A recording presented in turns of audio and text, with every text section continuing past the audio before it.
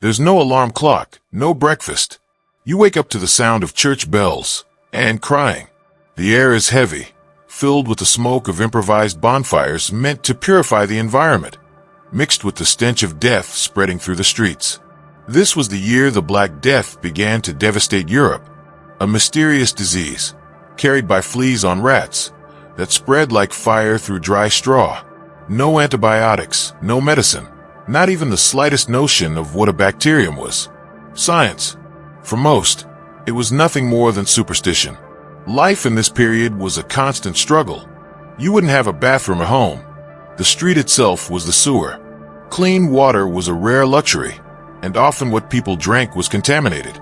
Bathing, almost non-existent, and even frowned upon by some religious leaders.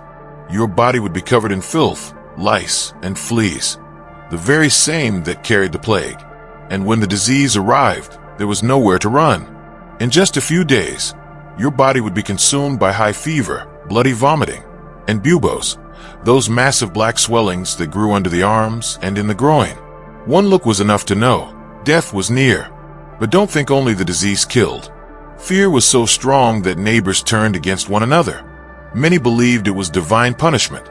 Others accused minorities of poisoning wells. Pogroms and persecutions erupted in villages and cities. Social order collapsed.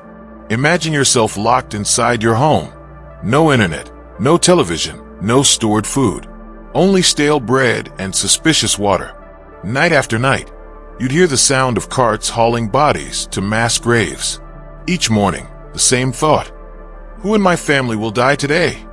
And there was no escape. Roads were crowded with people fleeing, spreading the plague even further. Entire cities shut their gates. Trade stopped. Hunger grew. There were no hospitals in the modern sense, only filthy places where the sick were piled up until they died. Would you survive that? Hardly. Not only because of the disease, but because your mind would also collapse. Imagine living surrounded by the certainty of death, with no hope, no explanation. Even priests and doctors, the few who tried to help, fell dead one after another. And if by chance you were lucky enough not to be infected, life would still be a nightmare. Work in the fields continued. Fear of looters increased. Food disappeared.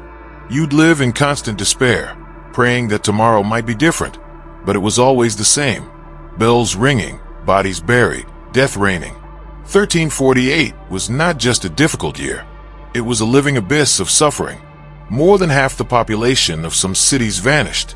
Imagine walking outside and realizing that 7 out of 10 familiar faces would never return. Now tell me, do you really think you would survive that time? The answer is harsh, no. Because in 1348, it wasn't enough to have health or luck. It was like being trapped in a never-ending nightmare, where human life was worth less than the weight of a dead rat. This was the world of the Black Death. This was the world you would not survive.